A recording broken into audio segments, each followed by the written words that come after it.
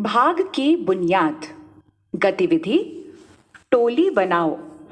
इस गतिविधि से बच्चे खेल ही खेल में भाग की अवधारणा को मूर्त रूप में समझ जाते हैं। इसमें कक्षा के बच्चों की टोलियां या समूह बनाकर अलग अलग संख्याओं से भाग करना सिखाया जाएगा। टीचर्स इस गतिविधि को बाहर खेल के मैदान में भी करवाया जा सकता है। अब मान लेते हैं कि कक्षा में कुल 30 बच्चे हैं, तो आप ब्लैक बोर्ड पर बच्चों की संख्या से संबंधित कोई सवाल लिख दें, जैसे 30 भाग 2 यानी 30 को 2 से भाग करना है और हर भाग में कितनी संख्या होगी ये निकालना है। इस सवाल में 30 भाज्य है और 2 भाजक है और हमें भागफल निकालना है। ठीक है।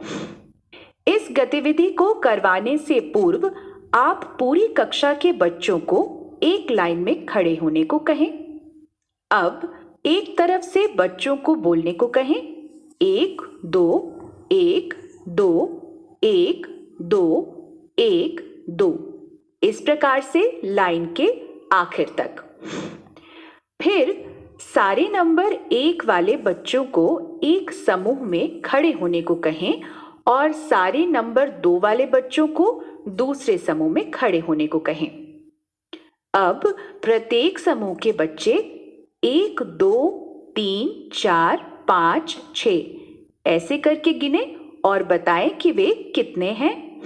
बच्चों को दिखाकर बताएं कि 30 बच्चों को जब 2 से भाग किया तो प्रत्येक भाग में 15-15 बच्चे हो गए, तो 30 भाग 2 बराबर 15, यानी भागफल हुआ 15। अब मैं आपको और उदाहरण से समझाती हूँ। चलो बच्चों, अब यह सवाल हल करते हैं। 30 भाग 3, भाज्य है 30 और भाजक है 3। हमें इसका भागफल निकालना है। हमें 3 से भाग करना है, तो हम 3-3 की गिनती करेंगे, है ना? तो सब लाइन में खड़े होकर एक तरफ से बोलो 1 2 3 1 2 3 1 2 3, ऐसे अंत तक।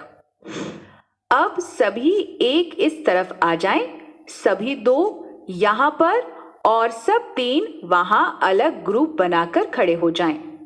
चलो अब गिनो प्रत्येक समूह में कितने बच्चे हैं।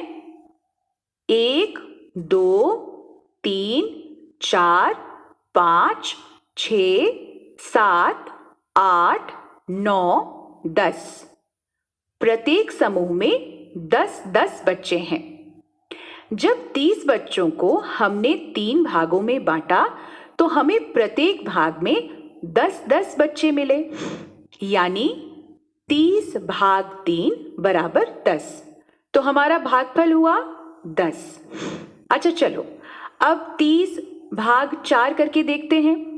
भाज्य है 30, भाजक है 4 और हमें भागफल निकालना है। चलो अब जल्दी से लाइन बनाओ और 4-4 की गिनती गिनो। 1 2 3 4 1 2 3 4 1 2 3 4। शाबाश। बस अब पहले की तरह सब एक तरफ आ जाओ, सब 2 दूसरी तरफ, सब 3 तीसरी तरफ, सब 4 अलग खड़े हो जाओ। अरे लेकिन ये क्या, हर समूह में 7-7 बच्चे पर 2 बच्चे बच गए।